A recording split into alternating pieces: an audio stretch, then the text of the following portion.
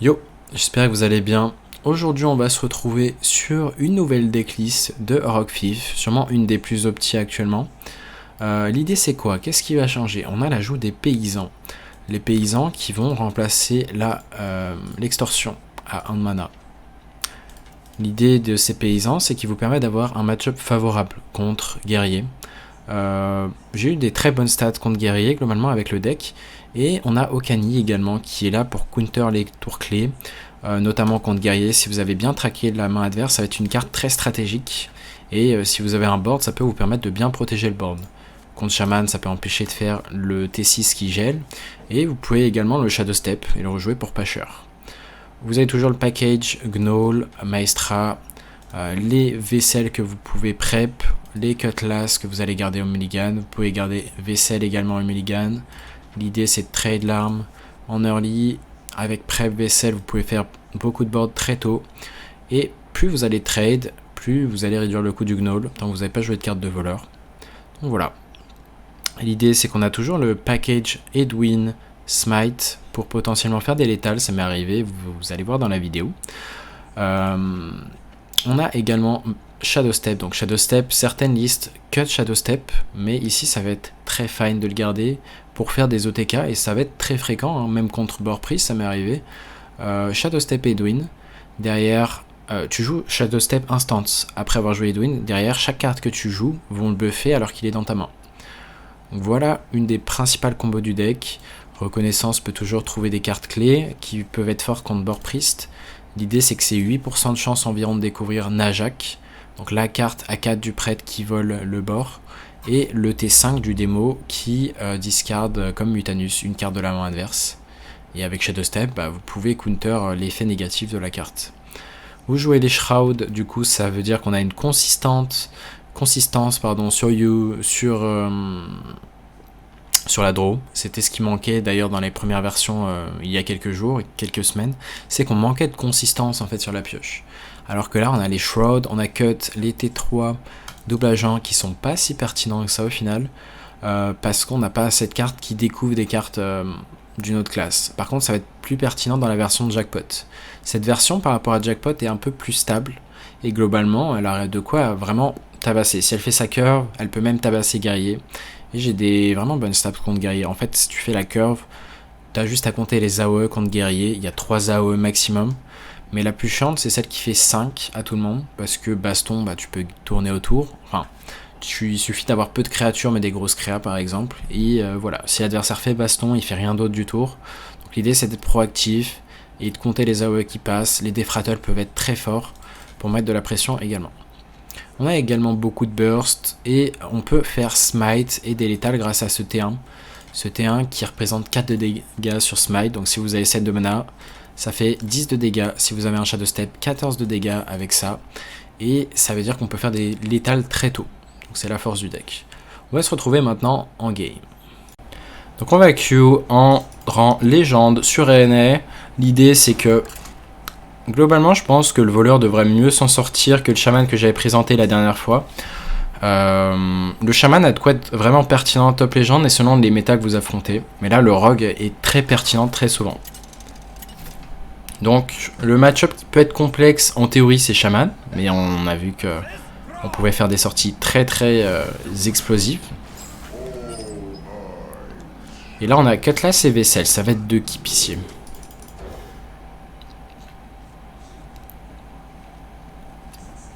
On a la prep, du coup si on réduit le vaisselle, on a une sortie tempo. C'est vraiment ce qu'on veut chercher, un cutlass qui réduit vaisselle, et derrière on a prep vaisselle sur 2, potentiellement. Après c'est pas sûr qu'on fasse le play. L'idée c'est quand même de réduire le coût des gnolls, au moins qu'il coûte 2 de mana au plus. Donc là si on trade la cutlass sur tour 1, et derrière on pioche que des cartes de classe, voleur, et on va réduire le gnoll à 2 de mana au tour 2.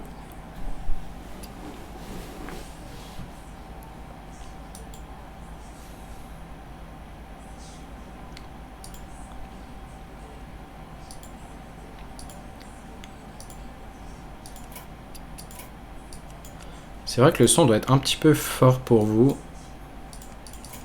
Ok, c'est mieux comme ça, je pense.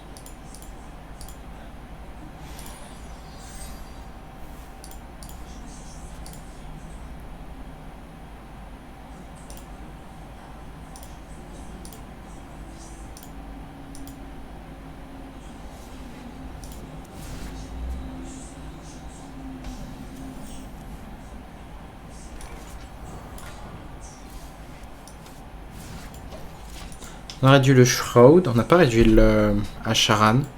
A voir si on préfère Hero Power. Ça va être intéressant. De temps en temps, on préfère Hero Power pour être sûr d'avoir le Gnoll à 0.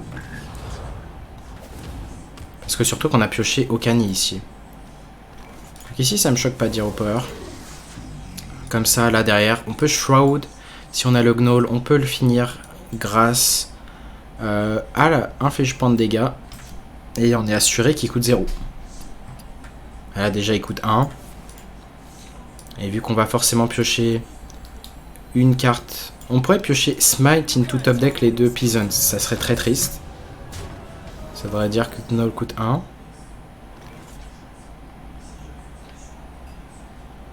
Donc soit on fait le play prep. J'aime bien chercher le Gnoll ici. On l'a eu. C'était pas garanti, mais au moins ça nous fait reprendre la tempo sur le spot. Sinon on prenait énormément de dégâts encore. Et ça, j'aurais pas aimé.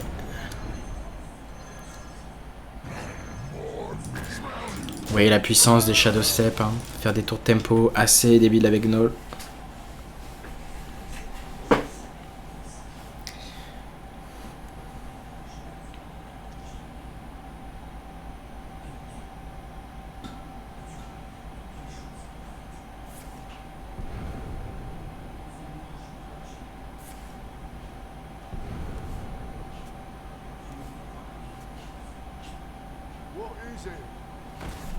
Il joue aussi la liste paysante, hein. C'est vraiment la liste la plus répandue.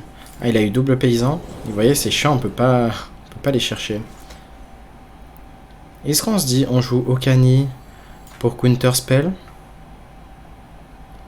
Ça pourrait être pertinent, ça voudrait dire on garde la prep. On met moins de stats que si on mettait ça, mais vu qu'il a peu de cartes en main, ça me paraît ok. On va counter le next spell. Il a déjà joué une prep, ça va être dur pour lui de tester le counter spell. Mais ouais, avoir les paysans sur Shroud, c'est très ok.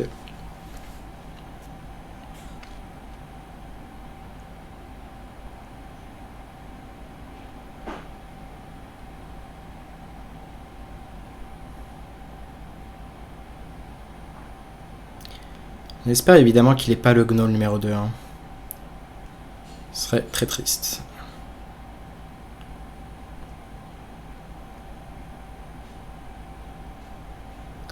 Pièce Krabatoa, c'est ce qui ressemble le plus à ce qu'on va faire pour le Chanto. Ok.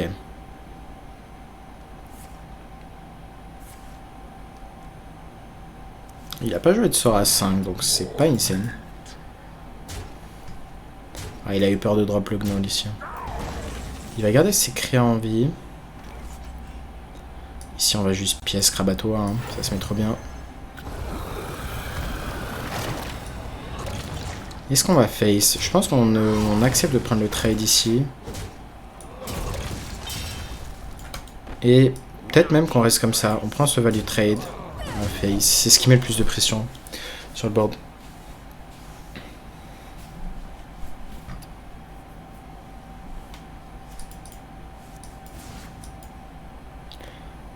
Au final, le paysan, même si on l'a pas sur tour 1, c'est les nuts. Hein.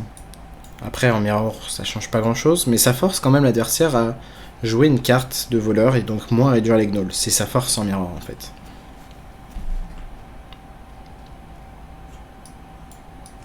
Forcer la réaction. Et contre guerrier, c'est les nuts.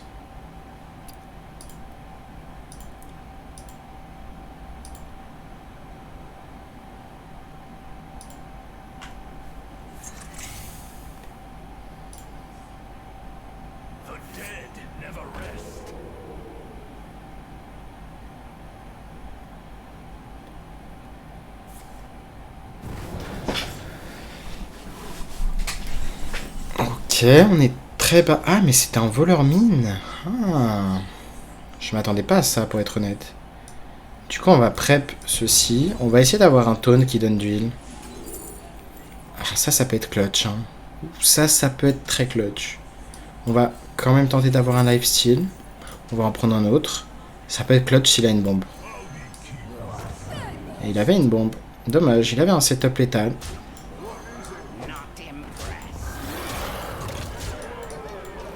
On était pas loin du létal quand même.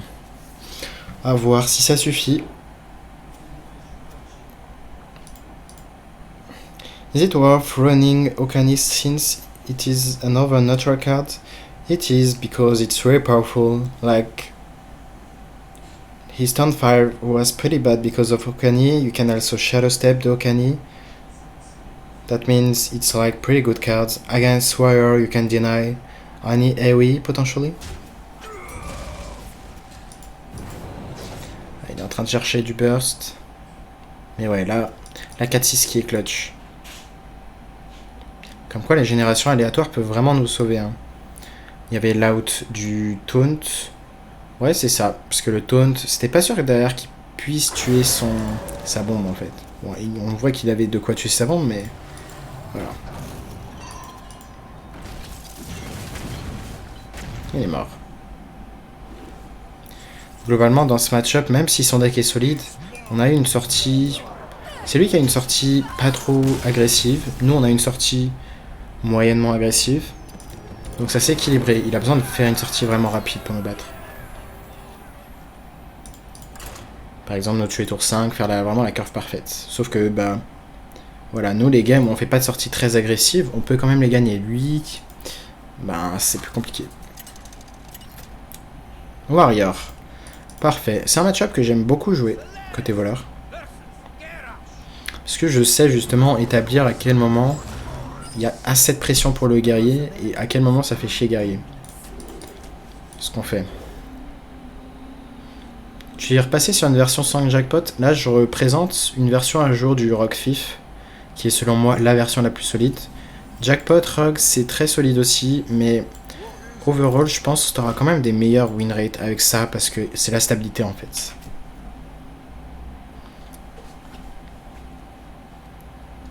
Et la version paysan, elle fait toute la différence. Contre guerrier, c'est les nuts. Nutty Peasants. On va faire ça sur tour 2. Parfait, on peut soit Rat King sur tour 3, soit Savane sur tour 4.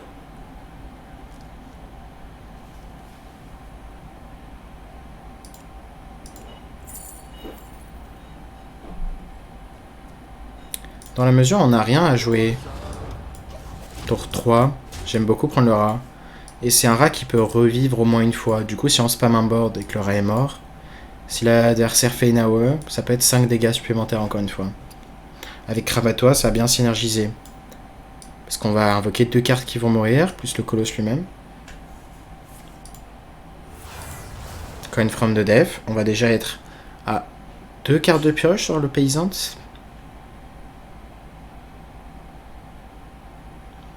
Et 2 cartes de pioche, c'est déjà archi value, vraiment.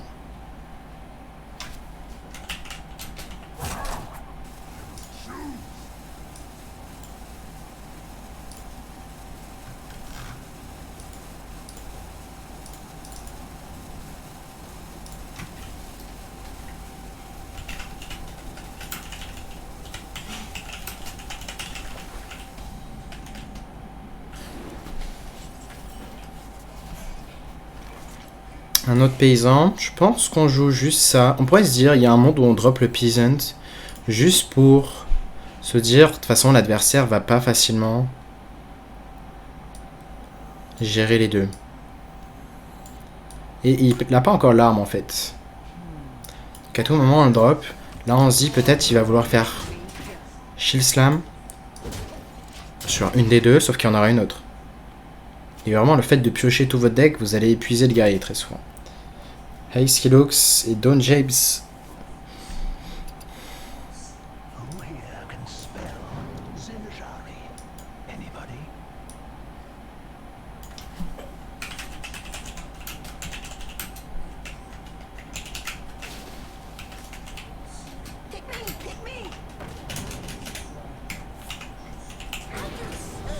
Ok, From the Death Finless c'est quelque chose par contre.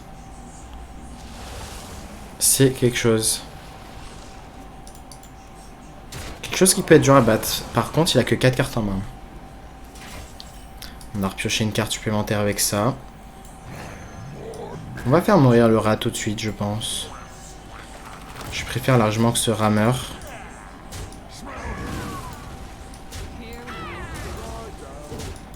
On va voir ce que l'adversaire a eu.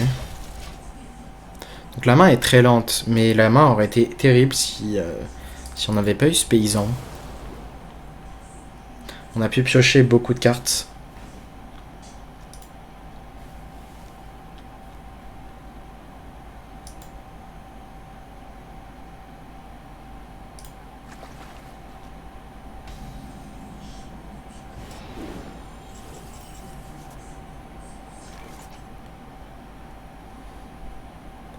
On a pioché le Sora 5 qui est très fan selon moi. Il a toujours pas tué ce paysan. Après on pourrait se dire ce board nécessite déjà une AOE. Sauf que en soi il pourrait juste faire Nelly. Quelque chose comme Nelly. Du coup s'il fait quelque chose comme Nelly, je préfère largement mettre un board qui force une AOE. Au moins l'adversaire ne fera pas Nelly. Ok, c'est la carte qu'il a pioché du From the Death. Il ne fait toujours pas d'AOE. Donc on a pioché 5 cartes grâce aux 2 paysans. Voire 6. L'adversaire peut se dire, il va tenter nos overdraws. Est-ce qu'on n'a pas juste un létal là? On va d'abord taper avec tout. Est-ce qu'on n'est pas one-off? Je crois qu'on est one-off ici.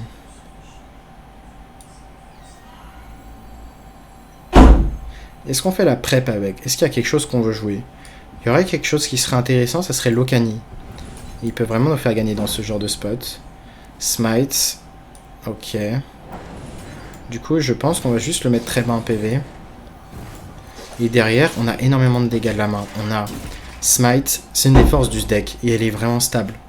Là, tour 7, Smite, plus ça qui représente 4 de dégâts.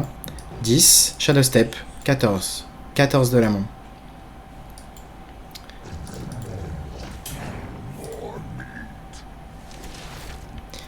Là, il est à 14 PV. On a 14 de la main. Ouais. Vous voyez que From the Death Nelly, ça... enfin, From the Death Finlay, ça ne suffit pas. Parfois. Tu joues le tournoi de Tice, Miss Lethal? No, we were one off. Oh, we had the Shadow Step, that's true. C'est vrai que j'ai oublié le Shadow Step. Avec le Shadow Step, on avait un dégât de plus, c'était exact létal. Moi, il manquait un dégât, mais je ne l'avais pas vu. That's right, it was lethal with Shadow Step. Il n'y a pas de deuxième qualifier, Don James. Du coup, non, je fais pas le tournoi de Tice. J'ai tenté hier et j'ai fait. J'étais jusqu'à round 4.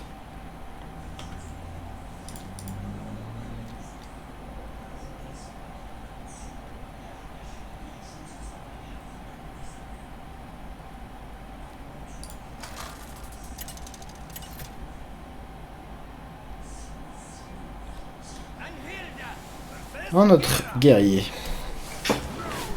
Pour l'instant, on voit que voilà, paysan sur tour 1, c'est gagné. Ça va s'appliquer très souvent. J'aime bien garder prep vaisselle. Ça diminue les chances d'aller chercher le paysan après. Est-ce que c'est correct? Je pense que oui.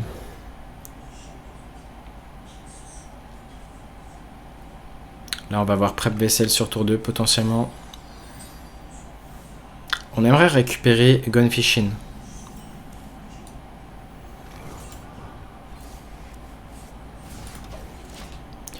On va avoir 12-12 de stats tour 2. Derrière, si l'adversaire n'a pas d'AOE, il n'est pas très serein.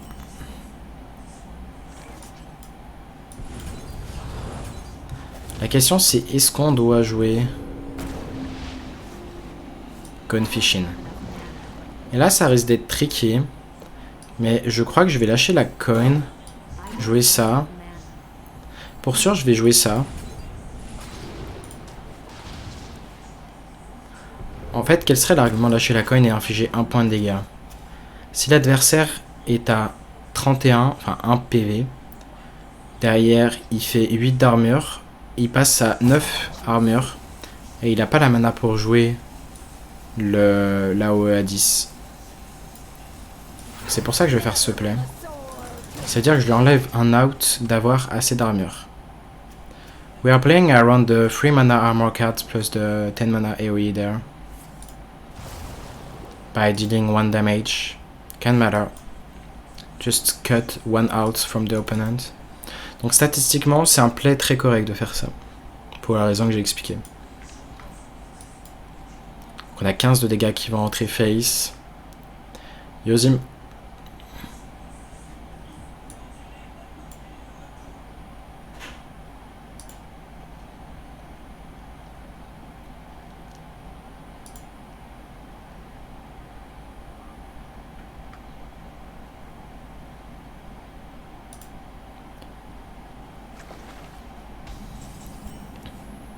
On a pioché les Edwin, au moins on aura du follow-up. On va juste trade l'arme ici. Et Hero Power. Ce board demande déjà une hour, on va pas en remettre plus.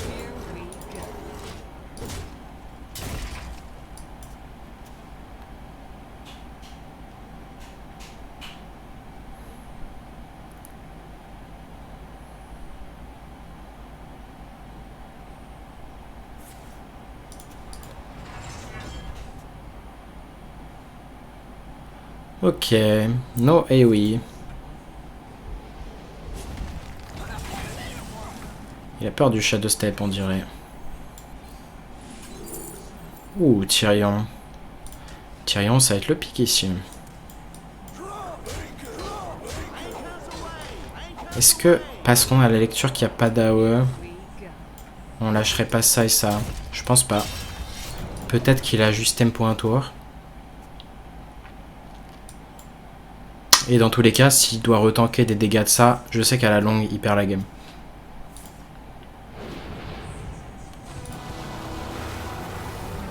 Ouais, même Nelly, ça va pas le sauver ici. Ah, je sais que t'avais Mr. Smite.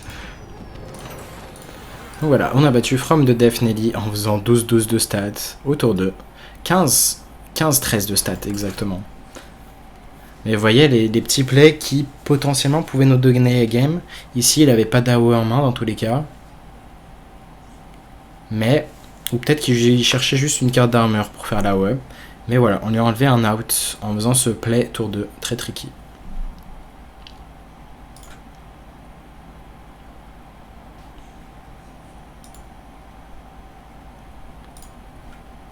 Je m'attends à chaque fois à faire les meilleures stats quand je joue voleur, parce que voleur c'est vraiment trop fort. Enfin, c'est trop stable en fait. Et là on a 2-0 contre guerrier, c'est même pas une surprise, hein, c'est...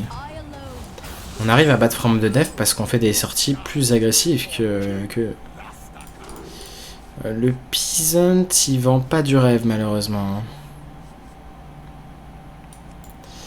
Ouais, il va pas vendre du rêve sur tour 1 dans ce match-up.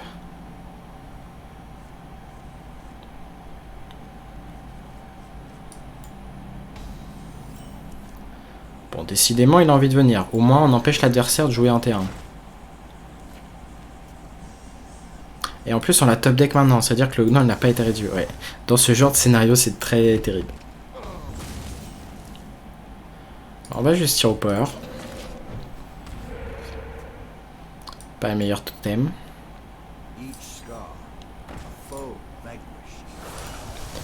L'avantage, c'est qu'on peut jouer le Gnoll le prochain tour. Pour tuer ça, au moins.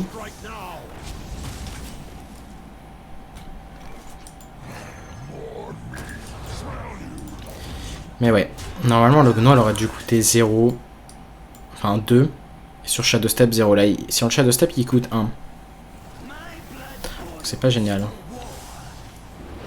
Il reprend du dégât après, il prend beaucoup de dégâts. On va sûrement juste Nefarian ici. Et Dag. Sinon on pourrait se dire, on va chercher quelque chose dans le deck. Invoque 3 tréants. Ça pioche 2 serviteurs les plus bas coûts.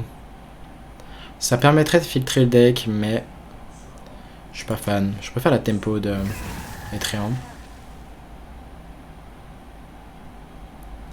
Après, peut-être que c'est plus pertinent de piocher ici. Ok. Est-ce qu'on récupère juste ça, du coup? Et on va tuer ça. Si l'adversaire face tank encore 3... C'est du dégât, hein. On a du dégât en late game, nous.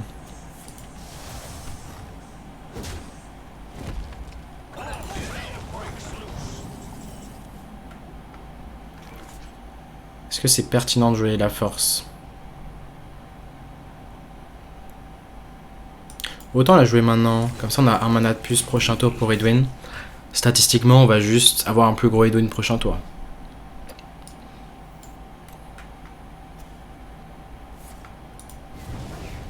Force 1 fait barrage, force 2 fait le barrage. C'est juste chiant qu'il ait le heal.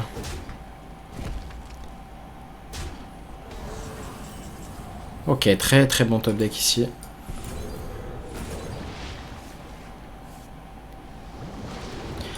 C'était un des arguments de jouer le premier Going Fishing quand vous en avez déjà un. L'argument c'était quoi? C'était de... Si on avait le sort à 5, le bateau, tour 6. Ok, la Kurtrus. Tour 6, on pouvait faire ce play. On l'avait pas trouvé, mais on l'a pioché.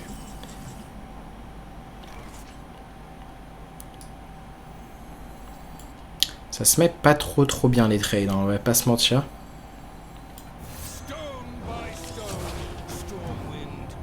Ouais, ça se met pas vraiment bien. On a pioché des cartes, je pense qu'on va garder la 6-6 sur le board. Ah, c'est terrible. Hein. Mais la sortie était un peu trop mauvaise, le Gnoll assez tard. On n'a pas eu de prep vaisselle, on n'a pas mis de pression en early. Et on a manqué les Shroud en early.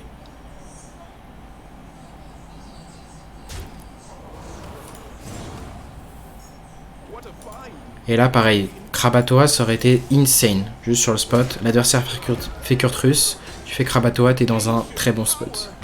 On a manqué ça. Là, il récupère des ressources à nouveau, on est très bas en PV. Bon, après, reconnaissance, on peut avoir un bon T6 de prêtre, par exemple.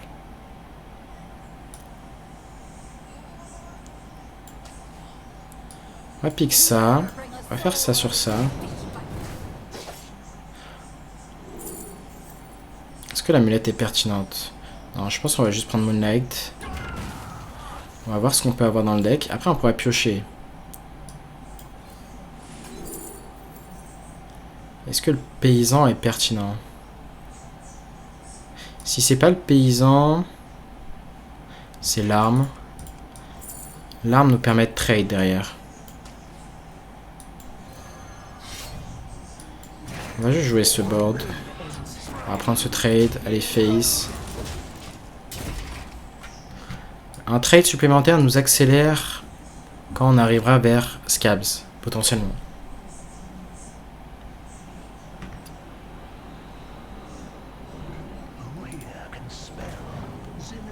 On espère qu'il n'y ait pas de Jace. Sur Jace, on est presque mort. Après, il a pas joué de... Il a joué multi-strike, mais Felbarret, je vais aller dans notre créa. L'avoir du board est très important. On peut récupérer Krabatoa. Multi-strike, c'est très chiant. Surtout s'il a l'arme. S'il a l'arme, je pense qu'on est mort. En 2 tours.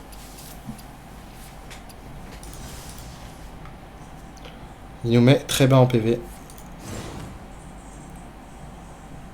Est-ce qu'on peut avoir l'étal? Prédation. Ah, il était 2 officiels. Il n'y a que Scabs qui peut nous donner l'étal ici. Enfin, nous faire survivre, pardon. Donc on va trade, on va tenter.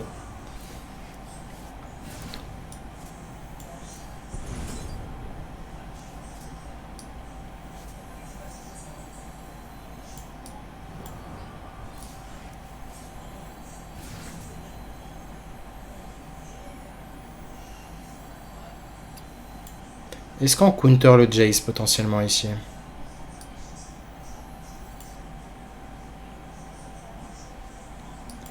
Je pense que c'est le seul moyen de survivre au moins, potentiellement piocher Scabs. Counter the next minion your opponent play. Set le pick ici. Derrière on va faire Scabs. Le stab sur ça. User un Shadow Step.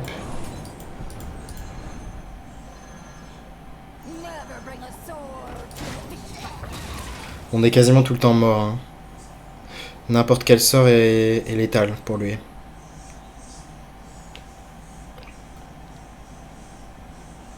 Donc ça va être la première défaite. La sortie très lente. Et surtout pas de punish à Kurtrus. Dommage. Pour avoir joué beaucoup le match-up côté DH, c'est assez dur hein, côté DH. Là, quand ton Kurtrus se fait juste gérer par le colosse adverse, en plus de te rentrer du burst et de mettre du board, bah disons que t'es pas très serein côté DH. Pareil, quand il y a les bateaux tour 2, il y a déjà des 3-3. C'est un autre argument. Le match-up est dur pour le DH. On est contre un guerrier. On en aura fait beaucoup au moins. Vous voyez la force du deck comme ça, dans le match-up. On va garder le paysan et Shroud, ici.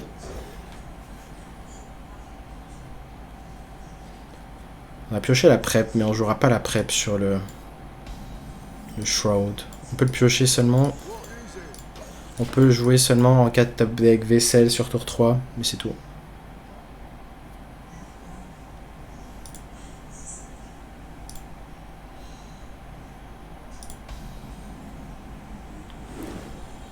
Et la pioche comprend.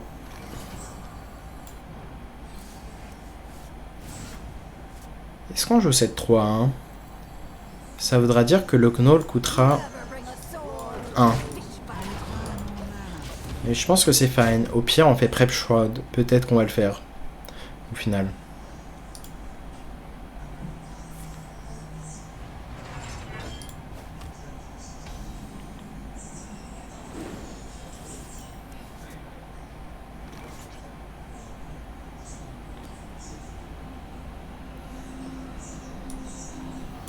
Je pense qu'on va Prep maintenant Shroud. On peut avoir deuxième paysan. On va trade ceci. On va jouer le Gnoll camouflé. Si ce board force une AOE, je pense qu'on est content. On n'a pas trop de follow-up derrière, mais on a un Gnoll au moins. Faut identifier aussi quand vous n'avez pas le choix de faire fishing et quand vous pouvez le garder. Ok, il fait pièce, mais il prend beaucoup de dégâts. Hein. C'est 3 qui aura rentré beaucoup de dégâts également.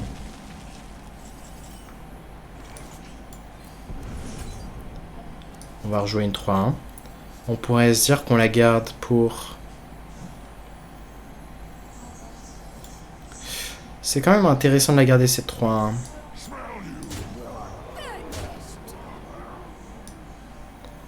L'argument c'est Smite. En plus il est en main. Mais après sur le spot, je pense pas qu'on veut que la game dure trop. Et au pire des cas, faudrait piocher le vaisselle là. Si on pioche le vaisselle, comme ça on peut Smite, God Fishing, trouver les 3-3, ça fait 12 de charge. C'est très fort.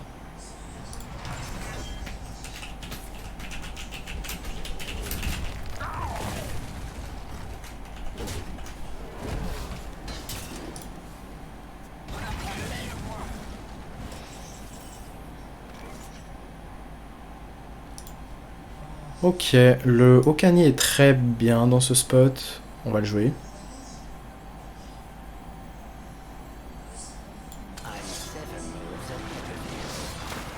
La question c'est qu'est-ce qu'on counter? Et je pense que ça va être spell tous les jours. Comme ça on se permet de rajouter du board. On a potentiellement l'état le prochain tour. Parce qu'il a déjà testé... Enfin, il a déjà joué un Shield Slam. C'est-à-dire que ça va être très dur pour lui de tester Counter Spell. Yo, petit biscuit et yo Aragold. Ok, il a pioché la voie à 10. Oh, c'était insane. Il a eu le deuxième Shield Slam pour tenter. Et on sait que là, il a repioché la voie à 10 ou Onyxia. Son tour était vraiment incroyable.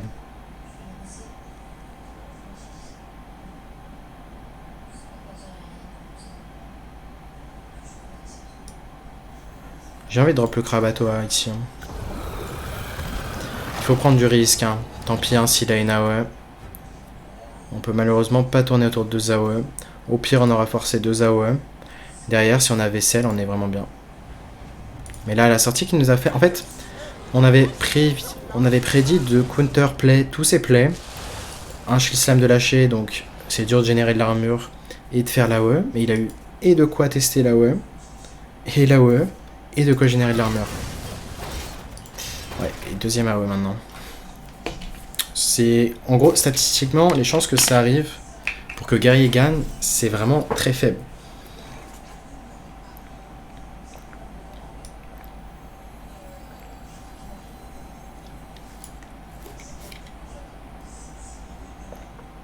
Il y a même un monde où on se dit on drop Smite et puis...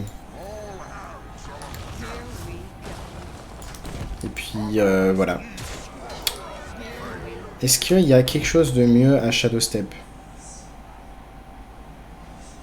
il est sous... on va le Shadow Step quand même. Est-ce qu'il est... Ah, il a pas fait From de Def en vrai.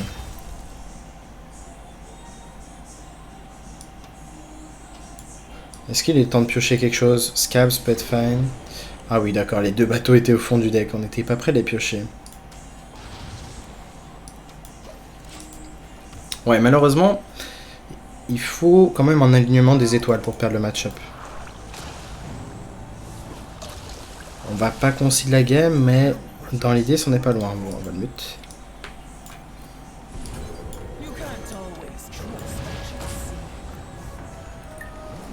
Qu'est-ce qui nous fait rester dans la game?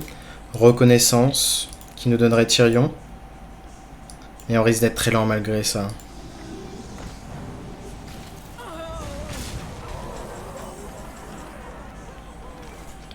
Par contre, on peut avoir Gigafine. On l'a pas eu.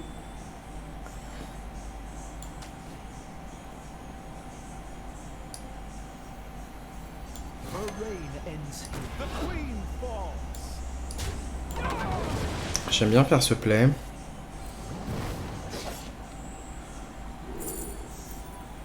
Est-ce qu'on n'a pas le choix de prendre le flash shield ici? Je crois que oui. Hein. Et on va évidemment pas trade ici.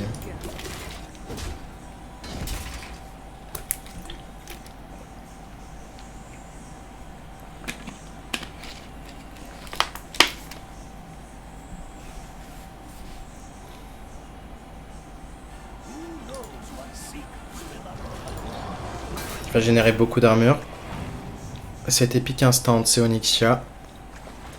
Et c'est Alexstrasza. Ouais, c'est vraiment... C'est la sortie imbattable, là, pour le coup. Enfin, les réponses étaient là, à nos counterplays.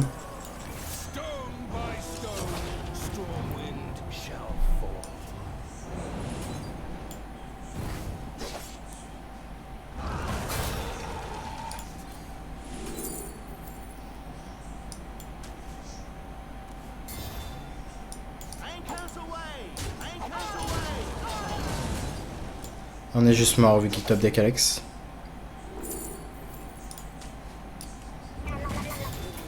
Dommage. Il en faut beaucoup hein, pour perdre. On a manqué quoi? On n'a pas eu de paysan sur tour 1 je crois. Est-ce qu'on l'a eu? Peut-être qu'on l'a eu. On l'a peut-être eu en vrai. Et oui, dommage comme tu dis Zim.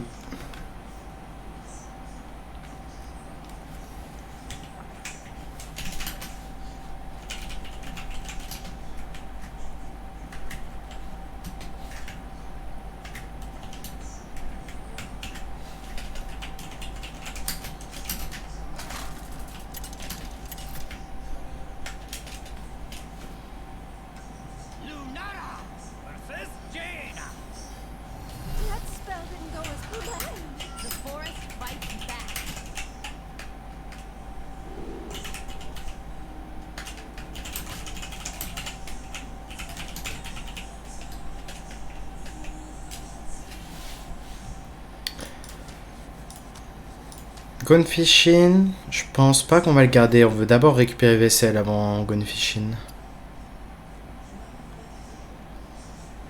Le Gnoll évidemment en garde, l'échangeable aussi.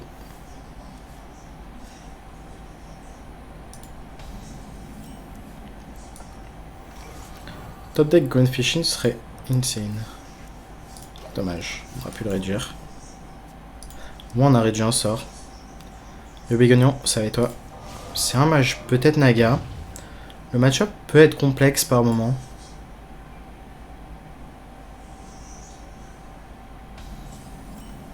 Oh, est-ce qu'on partirait pas en pièce pré-vaisselle? Ce que j'aime bien avec ce play... Il y a aussi des choses que j'aime pas avec ce play. C'est que derrière, Krabato arrive très tard, mais... Tant pis, on va faire en sorte que la game se finisse vite. Et tabasser plus tôt. Comme ça, là, on a le top deck Gunfishing qui remettrait 6-6 de stats, plus le Gnoll.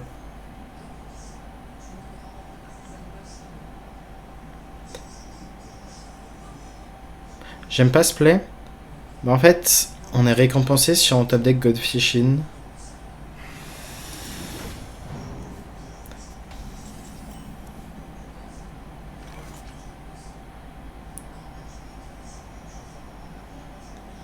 La question de est-ce qu'on a envie de drop Touf? Je pense pas.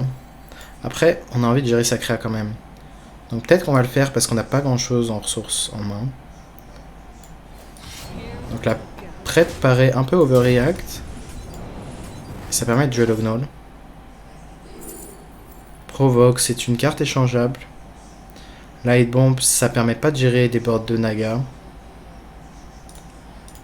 Ça permet de faire 5 de dégâts. Mais est-ce qu'on n'est pas plutôt dans une situation où on veut chercher des ressources? Je pense que oui.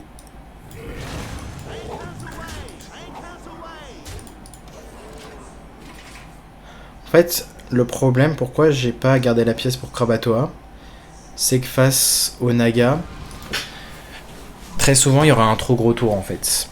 Il y aura un trop gros tour. Quand il y aura un board de Naga, il y aura juste un trop gros tour pour que ça soit worth. Est-ce qu'on a envie de Shadow Step quoi que ce soit ici?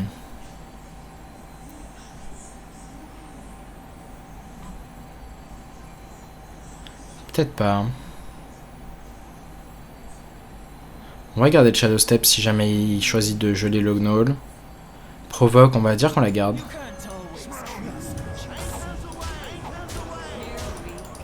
Ça peut être flexible de la garder, ça permet de donner charge à ça.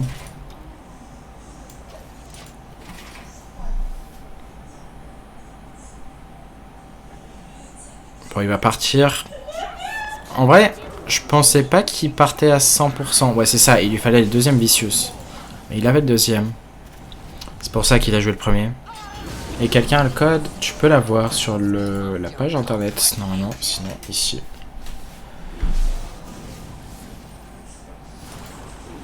À voir s'il met un gros board ou pas. Et s'il tue tout le board là.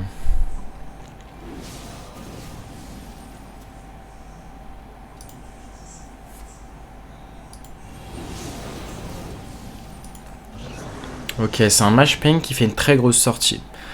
En vrai, quand je vois une sortie à base de... Il y a le Wildfire, une très grosse sortie Naga avec un package ping qui justement augmente tes chances d'avoir des cartes mortes, ben statistiquement ça te fout un peu les boules. Parce que tu sais qu'il y a peu de chances que ça arrive. Mais là, globalement, il n'y avait pas de carte morte dans sa main.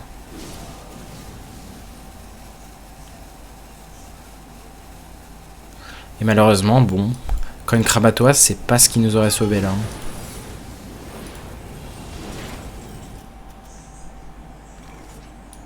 Ok, on va faire ce play.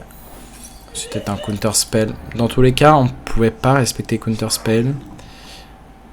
Qu'est-ce qu'on peut faire de différent? On pourrait trade ça. Peut-être Shadow Step. Ouais, on n'aura pas le shot de Shadow Step.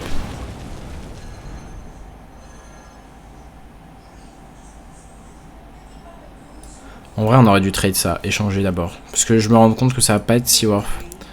Ok, un autre Shadow Step. Est-ce qu'on veut faire un autre Shadow Step ou est-ce que c'est trop overreact? Ça, on s'en fout de la tuer en soi.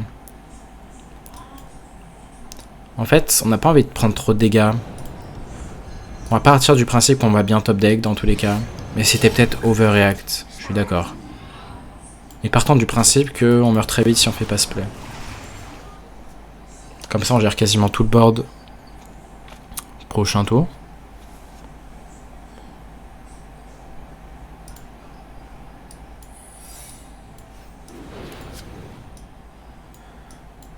Un secret récupéré, c'est soit... Non, on n'est pas forcément sûr que c'est le counter spell ici.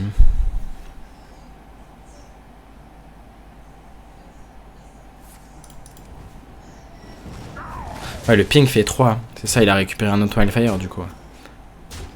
On était tous les jours morts sans...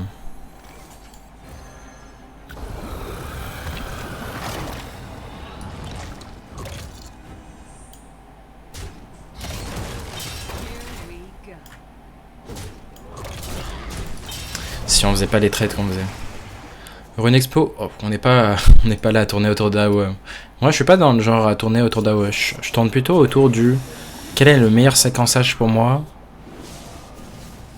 Parce que j'ai déjà considéré que sur Rune Orb, enfin Rune Explosion, on avait perdu la game. Genre là c'était échappe concede. Donc je préfère plutôt imaginer toutes les cartes qui font, enfin le spot qui ferait que je gagne la game. Et c'est déjà réglé dans ma tête sur automatiquement concede si la game n'est pas gagnable. Ouais, malheureusement, c'est juste trop fort. Cette sortie est juste statistiquement trop fort. Ouais, deuxième CS. Après, si je devais estimer le pourcentage de chance que cette sortie plus le follow-up arrive comme ça, c'est bien moins de 10%. Hein. Limite un 5%. Que ce soit aussi parfait. Et il y avait aussi le fait que... Ouais, on n'a pas fait non plus une sortie bullshit. On n'a pas eu le sort 1 pour chercher les 3-3 du deck. Dommage.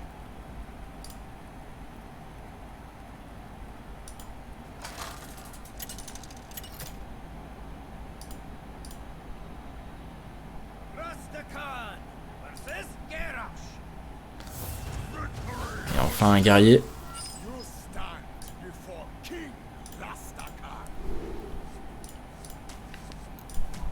Est-ce qu'on garde reconnaissance? Pour moi c'est même pas un keep, il y a juste le shroud qu'on va garder.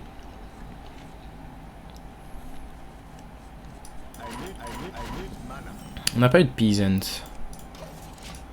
Donc reconnaissance on risque pas de le jouer tour 2. Hein. Parce que sinon shroud ne réduira plus le coût des gnolls. Ok, c'est bien un guerrier.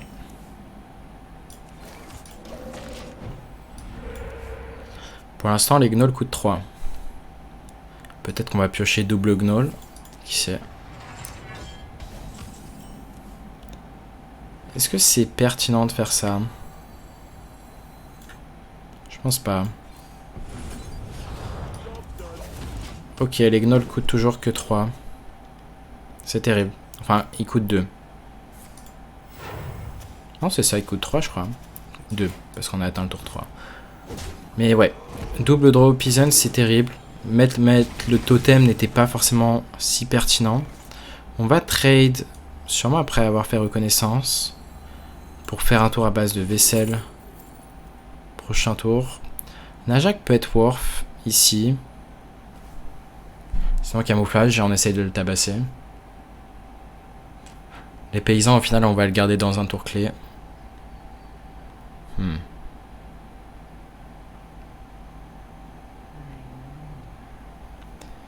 Najak peut faire plus de surprises s'il a Nelly en soi.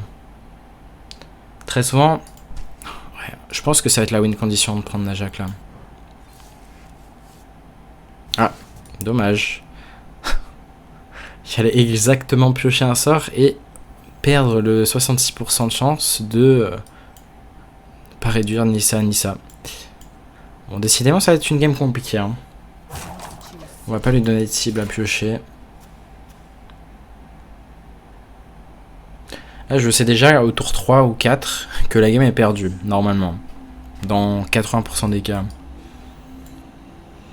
Après, il n'a pas eu de frame de devs, donc c'est ce qui fait qu'on est encore dans la game.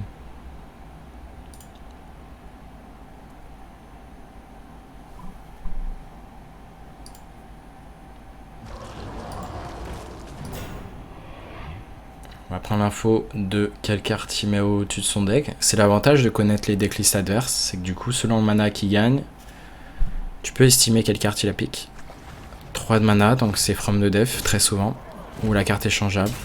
Il a mis du temps à la prendre, du coup, j'aurais tendance à dire que c'est plutôt la carte échangeable.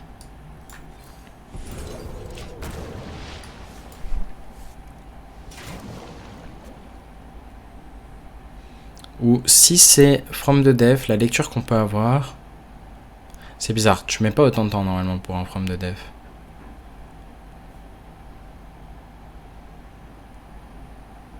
Ça voudrait dire que les choix à côté c'était genre l'AOE à 10. Ou une carte qu'ils voulaient vraiment prendre pour gagner de leur armure. C'est la lecture qu'on peut avoir.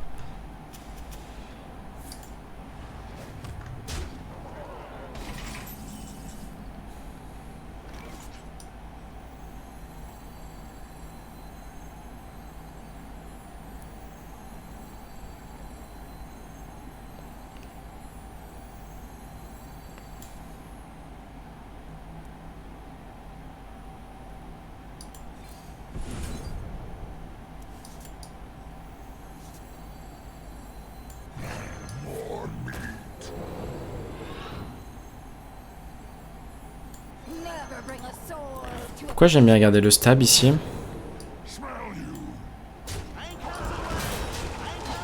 En fait, j'ai envie de garder mes ressources. On va juste espérer qu'il n'ait pas Finlay après From the Death. Déjà, ce board va forcer Naoe très souvent. Onyxia, il peut pas le jouer. Ouais,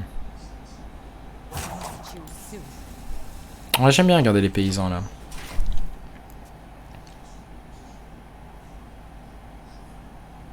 Et pourquoi j'aime bien garder le stab? Si on récupère un autre stab, enfin n'importe quelle carte de burst. Ouais, c'est Finlay. Je sais pas pourquoi il a mis du temps de réflexion par contre pour From the Death into Finlay. S'il avait l'info que les deux étaient dans le bottom 3.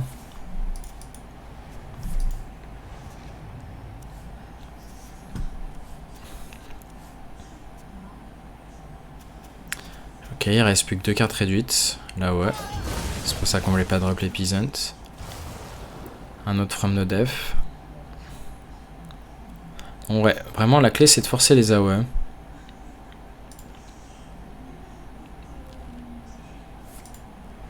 Trois cartes d'armure. Teacher. Je sais pas pourquoi il fait des orders vraiment chier. Là, il aurait pu avoir, je sais pas, quelque chose comme From the Death numéro 2. Par son order, bah il peut pas.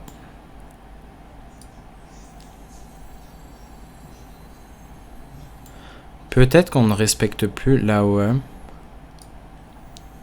Et là, on veut vraiment mettre de la pression.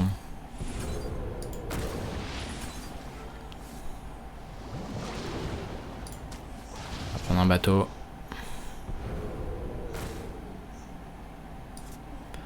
Et je pense qu'on n'a pas le choix de lâcher ça. Au pire des cas, pour le Najak, on pourra pas tuer nous-mêmes le bateau, mais on ira juste chercher un Shadow Step, tout simplement. Potentiellement avec Edwin, on peut le piocher. Wicked Stab. Hey man, do you know when you have backstabbing, weak stab in hand and coin it to 5 mana, if it's activate the 4 damage? Nope, it doesn't. Yo, Death Touch, merci beaucoup pour l'abonnement. Thanks a lot for the sub. Welcome. Terrible ce match-up, bah, j'aime bien le jouer moi. Genre là, tu vois, je me considère pas dans un spot horrible.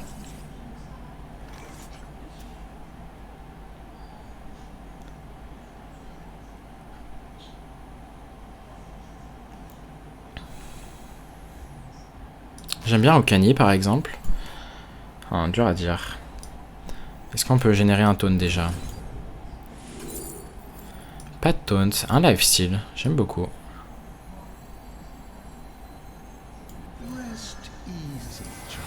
Derrière, on va juste drop les doubles de 1. Ça paraît d'un gros board, mais on a la lecture que... Il n'y a pas forcément la OE ici. Et s'il l'a, bah derrière, on va juste commit un gros board, hein, comme un bourrin.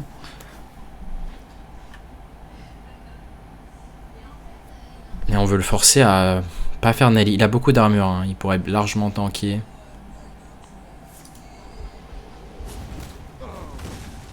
Ok, il a pas d'AOE vu ce play.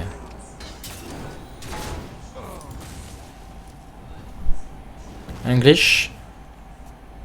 Yep, I mean, it's a YouTube video for now, and mostly of my YouTube video are in French, so English will be after the YouTube video. On va voir si Okani peut être clutch.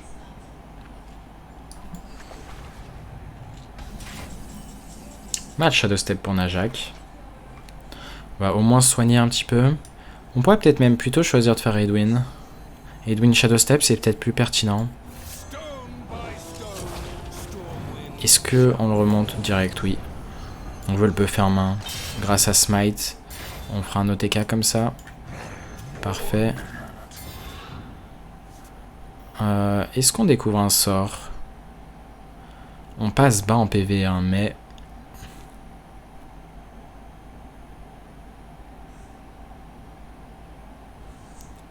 Il y a peut-être un monde où on se dit on fait quand même Okani.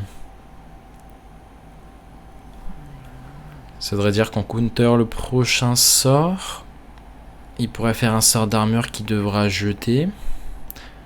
Il va avoir...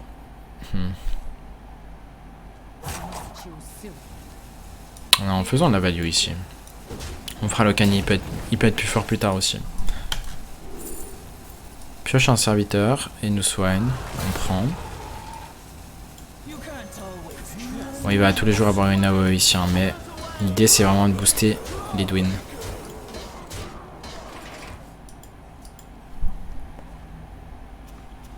Lidwin est déjà 12-12.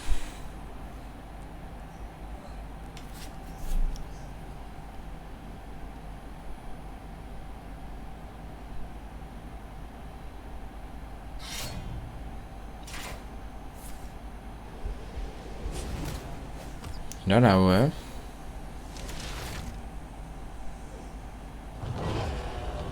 Il n'y a pas là, ouais.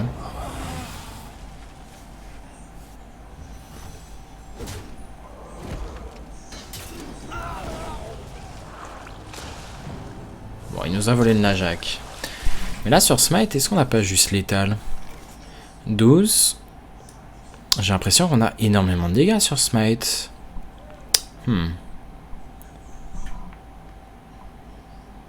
Est-ce qu'on tente?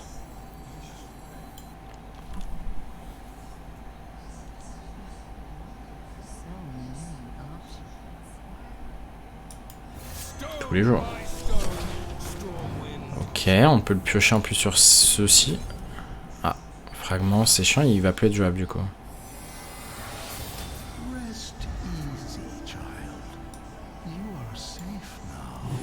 On a pioché le smite. Chut, faut pas lui dire. Comment on optimise les dégâts? En faisant comme ça. On va compter maintenant. D'abord on va face et ensuite on compte. C'est une des règles d'or. Et on finit par une belle victoire. On va finir en 3-1 contre guerrier. Le deck qui est censé être un mauvais match-up pour beaucoup.